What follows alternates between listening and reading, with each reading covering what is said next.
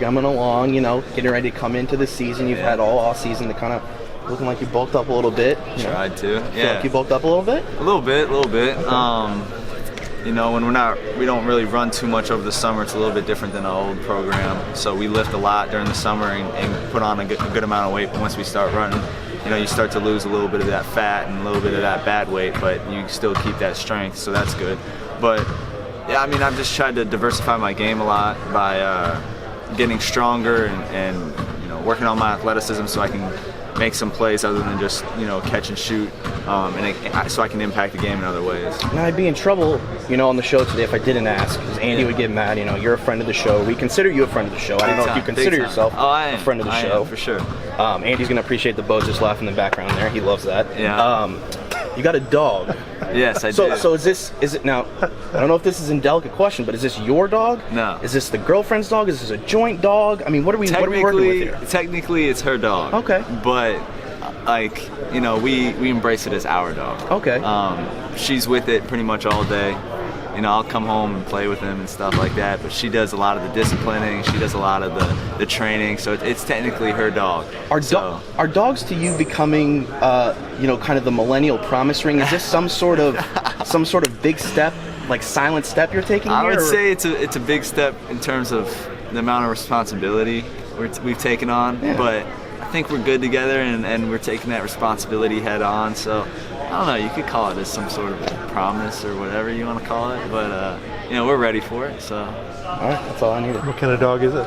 It's a little Cavapoo. Yeah, it's a mixture of a King Charles Cavalier Spaniel and a little mini poodle. So what, 15 pounds? Yeah, he'll be about that. He's like 5 or something, 6 pounds right now, so. We just came out of the press conference. The last question to Coach Mack was name your starting lineup today. Who would it be? And you were in there. Are you surprised by that? No, I wouldn't say I'm surprised. I think I've had a lot of experience being a fifth-year guy, being a second-year guy under Coach Mack. I know what he expects every day in practice. I know what he expects on the court when I'm in the game. So I don't think I'd be surprised by it. I've been kind of a six-man or coming off the bench guy my entire time here, but I'd love to make that impact that I make coming off the bench right away in the game. So to be surprised, I don't think I was surprised. Fifth-year guy, what's the advantage of all your time here? How do you take advantage of that? Well, first of all, I've been through some ups and downs, so that's a big advantage. Just my overall ability to handle adversity and kind of when things go bad. But another thing is just having a lot of experience at the ACC level. It's like the best conference in the country. We play against some of the best competitions. You look at a lot of the guys I've played in the past, they're in the pros now. So you play against a lot of pro talent day in and day out in a 20-game conference schedule. That's a lot of wear and tear, and that's just to keep your mental fortitude to push through that and finish the season strong. It means a lot. So I think that experience is something that is a big advantage. When you came here, you didn't have a ton of offers, and we all know the story about Dick Vitale talking to Rick, and some people wondered how it would work out. You've done really well. Do you ever step back and say, yeah, I showed people what I could do? Yeah, I think I've always kind of had that underdog mentality. And I knew I would be a 4 or 5 year guy when I came here. I knew I wouldn't make an impact right away like some freshmen can. I was willing to go through that process the same way I did in high school. I was on JV my first year. My second year, I was a role player. My third year, I got kind of into a bigger role. And my fourth year, I was the main guy. And I'm not saying I'm a main guy this year, but I'm going to have a pretty big role in our success this year. And I think that's just a tribute to not to pat myself on the back, my work ethic. I continue to put the work in, and I think my impact in terms of our team's success has improved every single year. And that's kind of how I predicted my college career would go. Is there value in that? Because a lot of guys are touted when they're 9th or 10th grade and told how great they are, and they're going to 5-star this, and they're going to go anywhere they want. I think there's a lot of value. You've earned it all the way? Yeah, I think there's a lot of value in it, and I know it's going to be something that's going to help me on later in life, when I have a career and I have a job or when I have a family, just because I know things might not work out right away, things might not be easy right away, but I'm going to continue to put the work in until they do work out. So, when basketball's done, I want to be a financial advisor, and I think the life lessons I've learned here are going to translate really well to that career.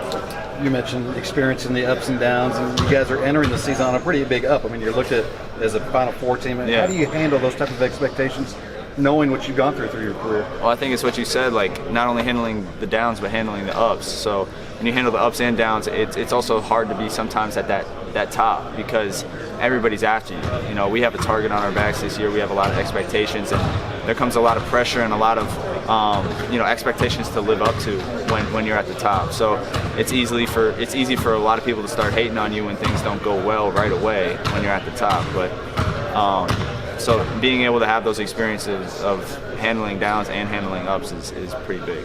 One other thing Coach Mack said in there when people asked him how the scrimmage went Sunday, he said, "We got our ass kicked." Mm-hmm. That was your view, was it? And what went wrong? I think in the first half we definitely got our ass kicked. I think we didn't come out ready to play. We didn't come out ready to execute the way we should have. A lot of different things.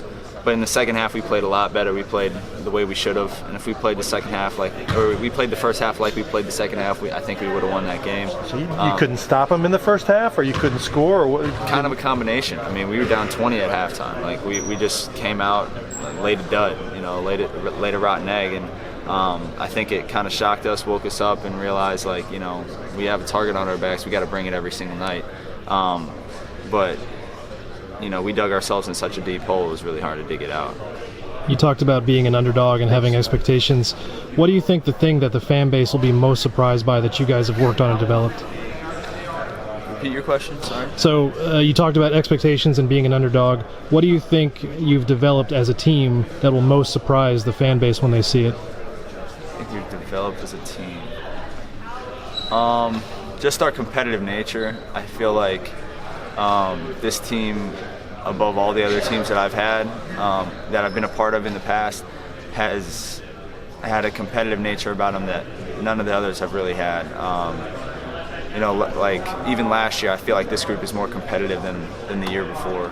So I think you're going to see a lot of guys, like when we're out there, you're going to see a lot of guys playing really, really hard, very, very competitive, guys that hate to lose and love to win. So I think that's the one glaring thing that people are going to see that